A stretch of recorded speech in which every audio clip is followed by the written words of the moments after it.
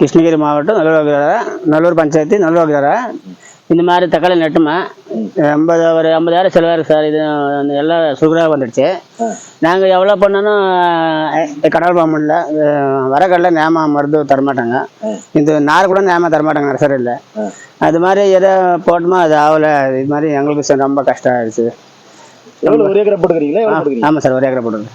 எவ்வளோ நாள் வெள்ளாமை சார் இது? இது 5 மாதம் 4 மாதம் உள்ள. இப்போ எதையாவது வெள்ளாமை அறுத்தீங்களா? காய் கொஞ்சம் அவ்வளோதான். ஒரு 2வது அறுப்பு அறுத்துருக்கும் அவ்வளோ. இப்போ என்ன ரேட்டு போகுது தக்காளி? தக்காளி 1400 1500 பாக்ஸா? ஒரு பாக்ஸ். எவ்வளோ கிலோ வருது? 24 கிலோ 23 கிலோ. இப்போ வந்து இது தக்காளி அவ்வளோதானா? இது எவ்வளோ செலவு பண்ணிக்கிறீங்க? அதுக்கு ஒரு 1000 சார். ஒரு 80,000 மேலே இருக்கு.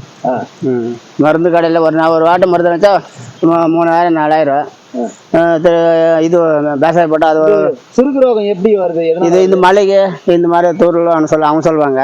நாங்கள் எவ்வளோ மருந்து கொடுத்தாலும் இப்போ எல்லாம் அடித்தானே இருக்குமா. அது இன்னும் எவ்வளோ அடித்தாலும் அது கண்டால முடியாது.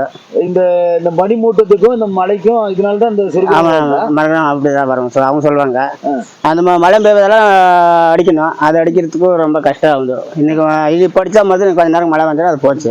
விலை அதிகமாக இருக்குது, ஆனால் இந்த மாதிரி ரோகம் வந்து. ஆமாம் சார், ஆமாம் சார். விலை நல்லா இருக்கும்போது விளைச்சல் நல்லா இருக்கும், ரேட் இருக்காது. ஆமாம் சார். அப்படியே கஷ்டம் வந்தாலும் ஒரு நாள் அப்படி வரும், ஒரு நாள் இப்படி வரும். இப்போ மருந்து அடிச்சு விட்டு மாதிரி தூரில் வந்தேன் போச்சாரு. 3000 ரூபாய் மருந்து.